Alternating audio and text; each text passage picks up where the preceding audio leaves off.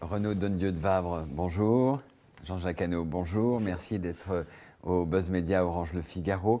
Alors Renaud Dondieu de Vabre, vous êtes ancien ministre de la Culture et vous êtes à l'origine de ce forum d'Avignon. Vous nous expliquerez pourquoi. Jean-Jacques Hano, grand réalisateur de films à gros succès, Au nom de la rose, Stalingrad, L'ours, dont les enfants raffolent. Monsieur Dondieu de Vabre, aujourd'hui a été annoncé le grand emprunt, dont une partie substantielle va pour le numérique.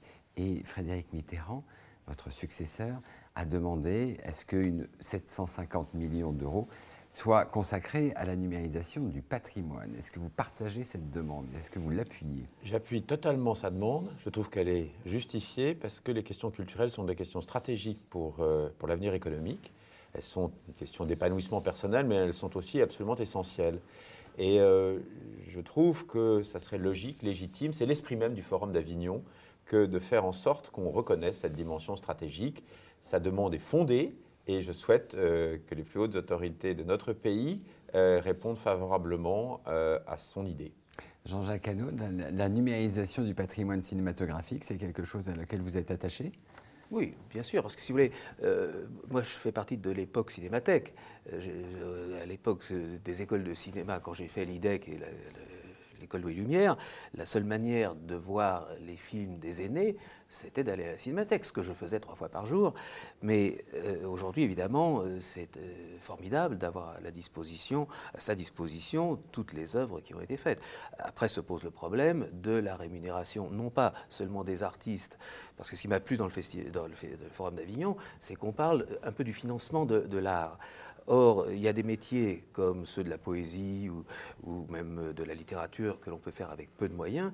Il y a d'autres métiers comme l'architecture ou le cinéma qui nécessitent de grands moyens et il faut rembourser les investisseurs parce que sinon, nous n'avons pas de liberté de création si les investisseurs sont pillés.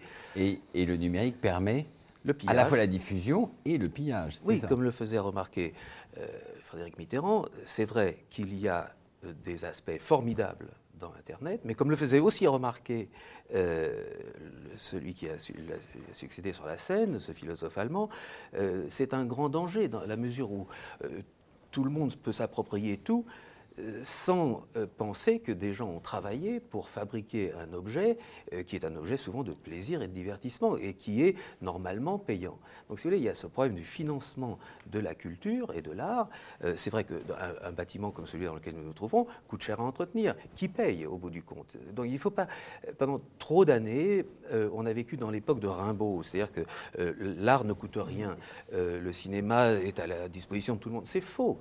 C'est faux, le cinéma qui conquiert le monde est un cinéma onéreux qui demande de gros investissements. Renaud Dondieu de Vabre, quand vous avez eu l'idée de ce forum d'Avignon, c'est parce que vous aviez du mal à communiquer avec le monde de l'économie?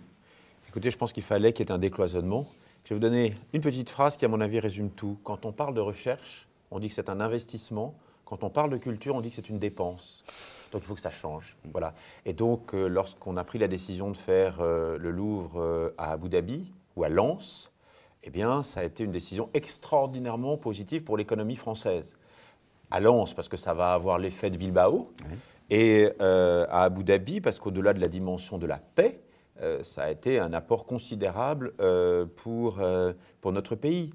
Hier soir, quand nous avons redécouvert cette cour d'honneur du Palais des Papes, sans les gradins, c'est un endroit extraordinaire. Eh bien, je souhaite que les cinéastes comme Jean-Jacques ou les personnalités artistiques du monde entier qui étaient présentes se disent « c'est un lieu de tournage ». Et que ça donne l'idée de le faire. Pourquoi? Parce qu'à ce moment-là, ça donne la fierté de notre pays, ça fera travailler les artistes et les techniciens, ça sera bon pour l'économie d'Avignon, pour l'économie française, et puis, de par le monde, ce sont des images qui donnent le goût de notre pays. Donc voilà, il faut des mesures fiscales, il faut de l'attractivité, donc des mesures de crédit d'impôt pour essayer d'être au niveau par rapport à la concurrence. Puis il faut ouvrir les lieux.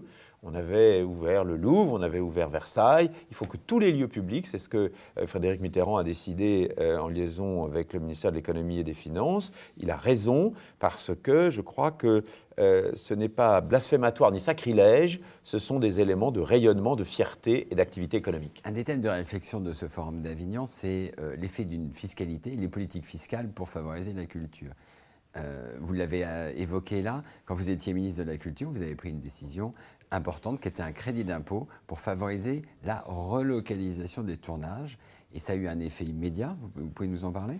Oui, parce que c'était, je crois, absolument essentiel. C'est-à-dire qu'on a pris cette décision de crédit d'impôt. Et ce qui a été très important, c'est qu'on a obtenu sa validation par Bruxelles.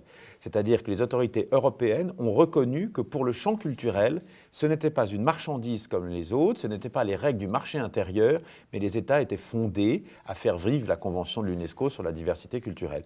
Donc, crédit d'impôt pour le cinéma, et puis également d'ailleurs pour les jeux vidéo, parce qu'il y avait un grand talent dans notre pays, et donc on a accepté de faire une sorte de démembrement entre ce qui est du domaine technologique ou industriel et de ce qui est du domaine artistique. Donc il y a eu aussi un crédit d'impôt pour les jeux vidéo. J'espère que vous l'utilisez et qu'il se passe de manière efficace. C'est la question que j'allais vous poser, Jean-Jacques Hano. Quand vous réunissez un budget assez important pour vos films, est-ce que la fiscalité, est-ce que ces questions économiques sont très importantes ? Elles deviennent complètement vitales dans un moment où le piratage prive l'industrie cinématographique de 60% de sa recette.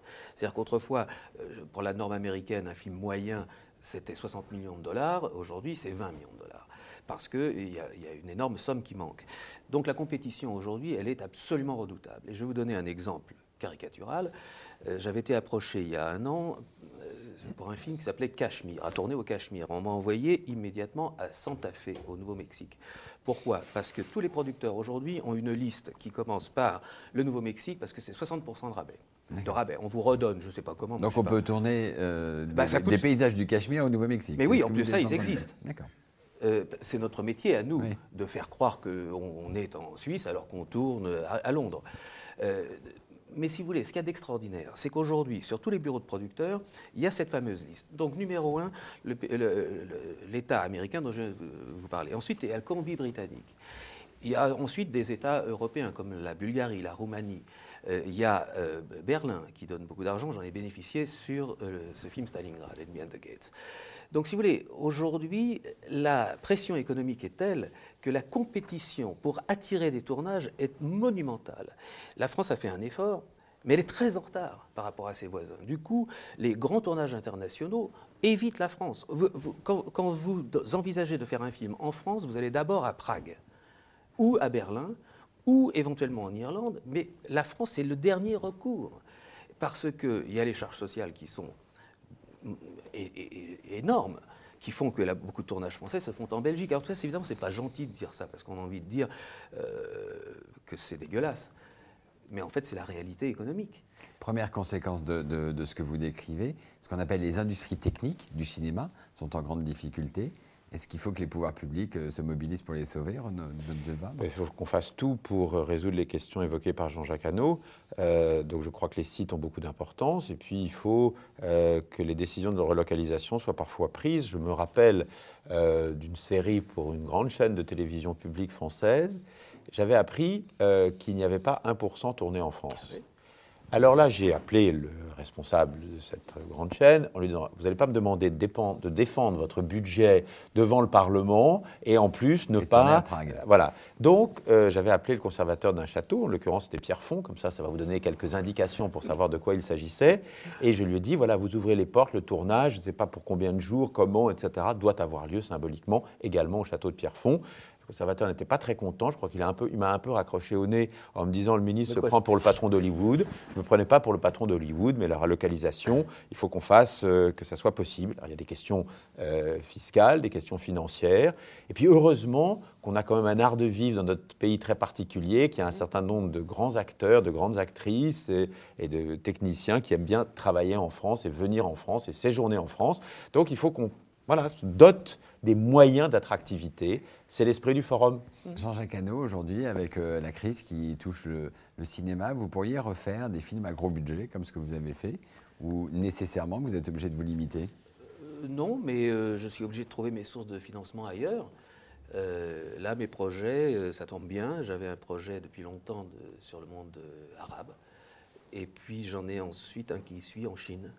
C'est un financement chinois. C'est un financement chinois. Les choses bougent, vous savez, le monde change, se bascule, le public n'est plus le même. Notre métier est un peu un métier du luxe. Et récemment, j'ai vu des gens de très grandes maisons françaises de luxe qui ont une chute de chiffre d'affaires de 40% à l'ouest et une montée de 40% à l'est. Donc la crise n'est pas partout et on peut trouver des compensations il y a des nouveaux financières. publics. Il y a des nouveaux publics. Vous savez, en Chine, c'est simple, il y a aujourd'hui 1000 salles de cinéma. Pour vous donner une comparaison, on en a 5500 en France. Mais mes amis me disent que lorsque mon film va sortir, il y aura aussi 5000 salles de cinéma en Chine. C'est-à-dire qu'il y a une explosion là-bas, alors qu'on enferme aux États-Unis. Très bien. Renaud Dondieu-de-Vabre, Jean-Jacques Hano, je vous remercie et nous nous retrouvons pour un prochain buzz Orange le cinéma. Merci. Merci. Au revoir.